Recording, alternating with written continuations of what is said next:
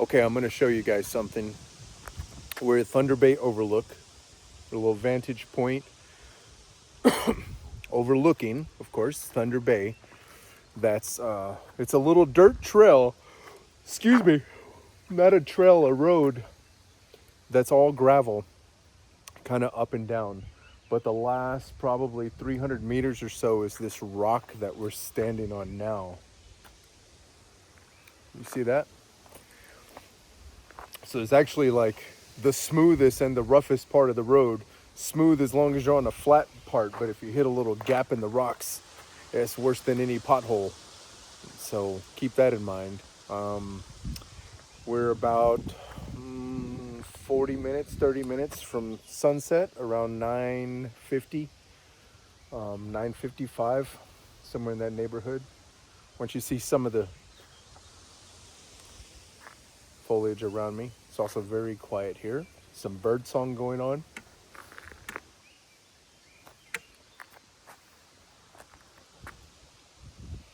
I took some stuff for my cough and some stuff for allergies. I don't know if that's the right move or not, but I'm starting to feel the effects of that, so I'm a little drowsy, hence the yawning. Now, I know you're thinking, why you got your dog in a pouch? Let her walk around. She walks around plenty, first of all, mind your beeswax. Second of all, she doesn't do heights. And I don't want to tell you where we're headed right now, but let's just say she's better off in this pouch. So here we are at the very end of the trail. Looks like there's the start of another trail right over there. Got a little pit toilet over here. And then we're walking down here. Come along with me. Let me show you something. I just came down here to scout it out before I got her out of the truck, and pleasantly surprised. Pardon the shoddy camera work. We're looking out over Thunder Bay here.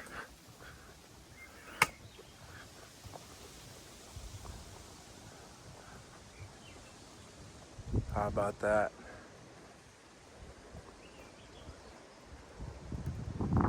How about that?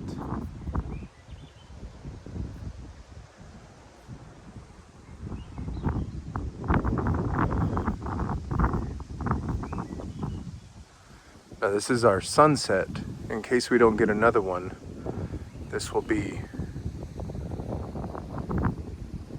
our attempt at a sunset. I mean, the sun is gonna set one way or the other, but look at the smoke in the air, and you can really smell it right now. I don't know if it's just because we're on the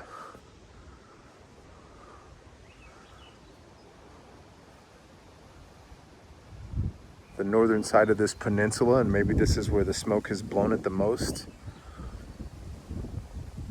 or where it's kind of, stalled and hung out. We're looking toward Thunder Bay right there.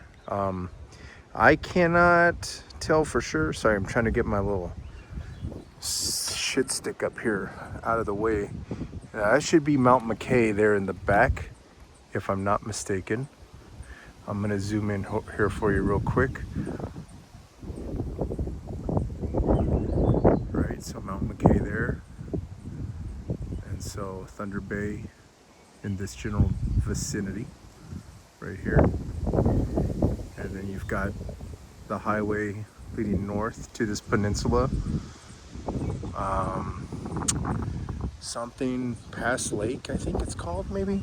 Right around here is the peninsula starts, a small little town right there. This is an island here in the middle, small little island. I think that's an island, pretty sure it is. I could be wrong about that, but it looks like an island for sure. And I think there is one. I didn't look at the map before I started rambling right now, because I got so excited to show you this. Look at this. And the smoke and the sunset. These cliffs are something like 100 meters high, 100 meters above to the bottom there. 300 feet or so. Man.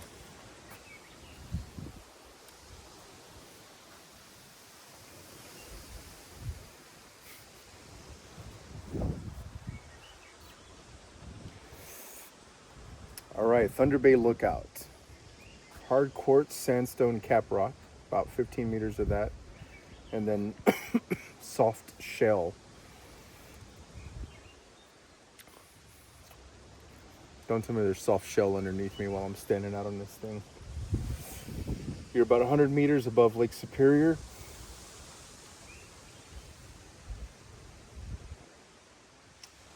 The Provincial Park's west-facing cliffs range from 100 meters here to about 300 meters.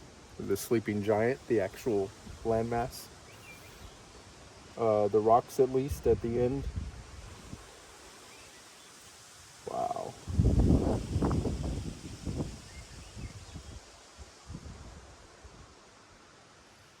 This is insane. It's a lot warmer right here, actually.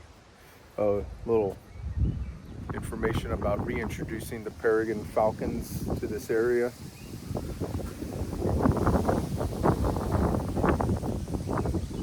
I'm really kind of, I mean, the smoke is harsh enough that it's affecting my lungs, you know. That's why I took the cough medicine. It's not so bad that it's like, you probably wouldn't want to be in this every day, you know. It's definitely having some effect on the body. I could feel a little sting in my eyes. She's been rubbing her eyes previously, so this may not be that, but I'm wondering too if it's not affecting her eyes a little bit because she's been scratching her eyes. Sometimes she scratches for different reasons, you know. She'll just like paw her eyes. So, not without some health concerns to keep in mind. Having said that, since we're not going to be able to do anything about any of this while we're here, what a freaking experience. What a crazy way to experience Thunder Bay. This smoke is like, I mean, if you've grown up around wildfires, forest fires, things like that, it's nothing new to you. You probably have a good sense of what this environment looks like. But if you've never been around a forest fire, it's really unique. The characteristics that make it distinct from like rain clouds or fog or anything else, it's just very distinct. The smell for sure. I've probably said this 100 times, but since I got COVID, I haven't really had a very reliable sense of smell. I did note, however, I mentioned this to my sister, that I seem to be able to smell danger things like chemicals like bleach or I don't know, maybe like gasoline or something, you know, methane, something that could potentially be risky to be around or could cause, you know, it seems like, for whatever reason, it just seems like I noticed those things pretty well. So I do smell this, and then the smell, like I mentioned before, is almost like a campfire but from a distance, like distilled. Almost like if you captured the essence of a campfire without the harshness of the immediate smoke. Obviously all of this is smoke. I'm not too sure that we're not seeing ash too. I don't know how likely that is, but I have some particulates falling. So it's possible that we're getting some ash falling. That's not uncommon. But I haven't actually investigated any of that to say for sure. So yeah, man, even like looking down it looks hazy. This actually might be pretty dangerous.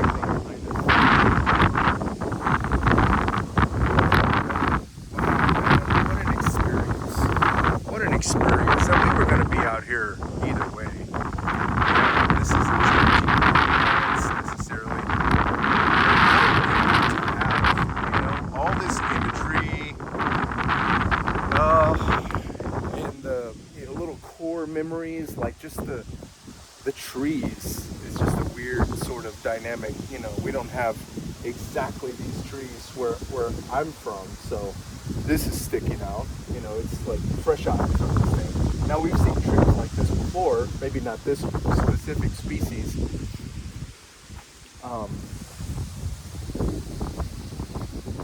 Yeah, look at that. That is wild, man. That's wild. But you know, we obviously seen coniferous trees.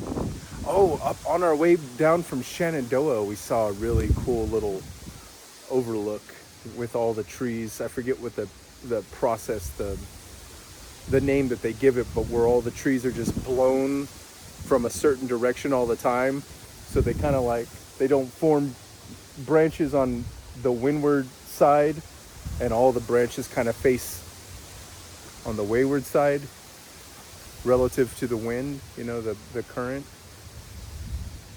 Man, but having that, these trees are just so pristine. And then it's just like, man, when you think about a place like, you know, Manhattan, San Francisco, any place really, but I'm trying to think of like really densely populated places, especially places that have trees native to their region. You think about that 250 years ago, happy birthday, before it was just mowed down and paved by human beings, for better or worse. I don't even want to argue the ethics or the morals of that. Oh yeah, man, this smoke is getting really bad. You think about how many places looked like this before humans got there. That's pretty crazy to think that this is what the planet looks like without human interference.